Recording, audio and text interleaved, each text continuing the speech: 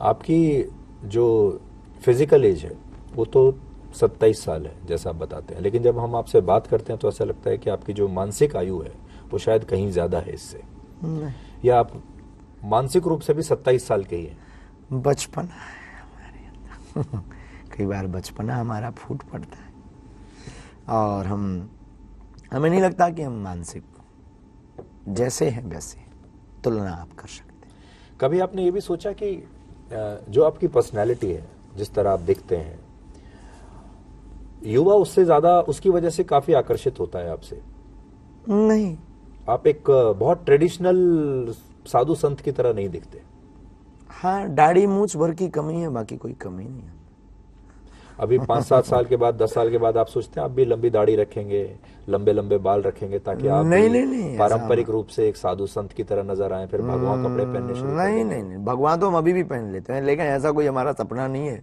बाल बड़े कर लें बात अलग है, दाढ़ी मूछ का हमारा ऐसा, क्योंकि हमें बाबा बनना ही नहीं है, हम तो बाबा कहलवाना बंद कर रहे हैं। तो आप अपनी पहचान किस तरह आगे बनाना चाहिए? सनातनी सिपाही की जो पहचान है यही बने रहने दीजिए, काहे को बदलाव करवाते हो आप कभी ये देखते हैं कि आपके पास आपके फॉलोअर्स कितने बढ़ रहे हैं? इंस्टाग्राम पे बागेश्वर धाम को लेकर 1 करोड़ से ज्यादा हैशटैग चल रहे हैं, और कितने आपके वीडियो, कितने आपके क्लिप्स चलते रहते हैं? नहीं,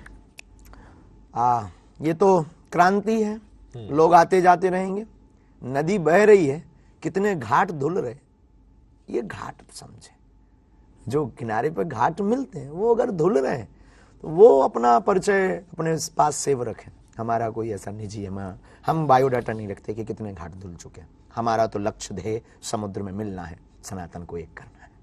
आजकल आपने देखा होगा रील्स का जमाना है, वीडियोस का जमाना है। लोग केदारनाथ भी जाते हैं तो वीडियो बनाने जाते हैं, रील्स बनाने जाते हैं। और बहुत बार अब ये मुद्दा हमने भी उठाया था कि जब आप मंदिरों में जाते हैं, खासतौर पर केदारनाथ, बद्रीनाथ, तो आप आस्था की वजह से जा रहे हैं या रील्स बनाने की वजह से जा रहे हैं? इस पर आपको क्या लगता है? मंदिर, देवालय, तीर्थस्थल, धाम, गुरु स्थान प्रदर्शन का विषय नहीं है, दर्शन का विषय है। वहां चित्र मत खींचो, परमात्मा का चरित्र खींचो। और हमें यह लगता है ठीक कि करोड़ों की संपत्ति पाने की वजह, करोड़ों का अध्यात्म पाने की वजह 2 रुपया की नाचती हुई फोटो के चक्कर में व्यक्ति देवालय जाना व्यर्थ गवा देता है। इसलिए प्रत्येक साधक को, प्रत्येक दर्शनार्थी को, प्रत्येक श्रद्धालु और भक्त को देवालय जाना चाहिए। और सनातनी हिंदुओं को शनिवार और मंगलवार तो जाना चाहिए, पर चित्र के लिए नहीं, चरित्र के लिए।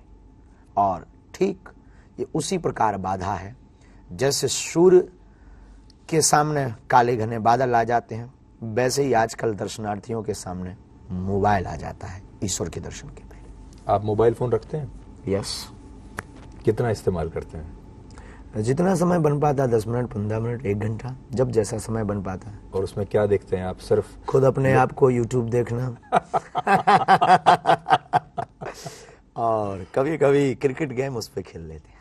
अच्छा, तो आप खेलते हैं ऑनलाइन वाला? नहीं, ऑनलाइन नहीं, उसमें वो डला है। अच्छा, बैट बॉल जो तो इससे ऐसा लगता है कि क्रिकेट का आपको काफी शौक है। अनिश्चितताओं का खेल है और हमको ऐसी चीज बहुत प्रिय है।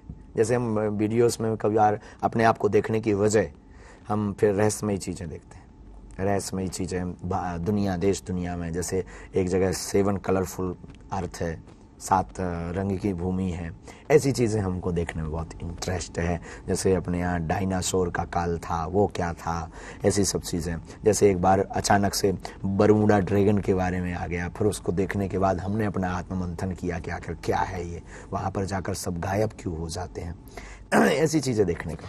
अब मान लीजिए कोई पर्ची निकाले, आप पर्ची निकालें किसी के लिए और ये जानना चाहें कि बरमूडा ट्रायंगल पर सब गायब क्यों हो जाते हैं, या कोई और जो रहस्य है, तो क्या आपको उसके बारे में भी ज्ञान? हमारी चेतना तो जहां तक पवन है, क्योंकि ये पवन पुत्र की चेतना है, तो जहां तक पवन है, पवन मतलब हवा, वहां तक हमारी चेतना वहां तक का परिचय दे सकती है और समाधान दे सकती है। लेकिन याचक होना चाहिए, जिज्ञासु होना चाहिए। आपसे इतने सारे लोग आते हैं, पर्ची निकलवा के सवाल पूछते हैं, कितने लोग ऐसे होते हैं जो सिर्फ अपने और अपने जीवन के बारे में पूछते हैं? 98%। और कितने ऐसे लोग होते हैं जो समाज, देश या कोई और बहुत बड़ा रहस्य हो जिससे कि लोगों का फायदा हो? 1% ओनली 2% ऐसे लोग। 98 स्वाहित, परिवार का हित, व्यापार का हित, कारोबार का हित, बाकी 2%। ये 2% क्या पूछते हैं?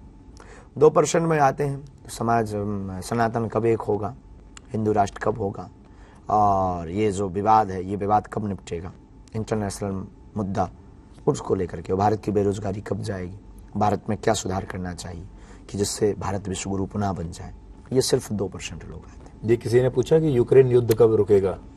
नहीं, आज तक नहीं। पर कोई पूछे तो आप ये भी बता पाएंगे कि कब रुकेगा? गुरु कृपा से ऑफ कोर्स। बेरोजगारी कब जाएगी ये आप बता पाएंगे? रास्ता दे देंगे। आज की जो स्थिति है इसमें आपको कोई सॉल्यूशन संभव लगता है कि हमारे देश में अगर कोई बदलाव करना हो, प्रशासन, अगर कोई हमसे नीतियों में? पूछे कि आप भारतीय नागरिक होने के नाते कि आप सरकार से क्या मांग करेंगे, तो 2 मांग हमारी है, शिक्षा और स्वास्थ्य दोनों फ्री ऑफ कॉस्ट करिए, बहुत बेहतरीन करिए। हमें आपसे मकान, सड़क, दुकान नहीं चाहिए। हमारे बच्चों को बेहतरीन गुरुकुलम की पद्धति की शिक्षा चाहिए। हमारा समाज, हमारे बच्चे पढ़ जाएंगे तो मकान, दुकान, रोड अपने आप कर लेंगे। पर जो नेता हैं हमारे वो तो बिजली मुफ्त कर रहे हैं, वो पानी का बिल माफ कर रहे हैं, लोन माफ कर रहे हैं, आरक्षण दे रहे हैं। नहीं तो ये भी किसानों कह के रहे हैं, लिए तो जो भी है वो कम है। बेरोजगारों कह रहे हैं कि मत करिए कुछ, हम आपको घर में बैठे बैठे ही पैसा दे देंगे, बेरोजगारी भत्ता दे देंगे। इससे तो आक्रामकता राष्ट्र में होगी, किसी को कुछ करना ही नहीं। अगर हम ये कह दें कि ठीक है हमारी पर्ची बनवा लो, आपका सब काम हो जाएगा, तो हमें लगता है कि हम देश के साथ और व्यक्ति के साथ धोखा कर रहे हैं। आक्रामकता, हमारे पास कोई भी आता है हम उसको बोलते हैं पहले कर्म करो। हमारे पास जो बालाजी की कृपा है, तो कर्म कृपा जब दोनों जुड़ेंगे तो आपका बहुत जल्दी काम सिद्ध हो जाएगा।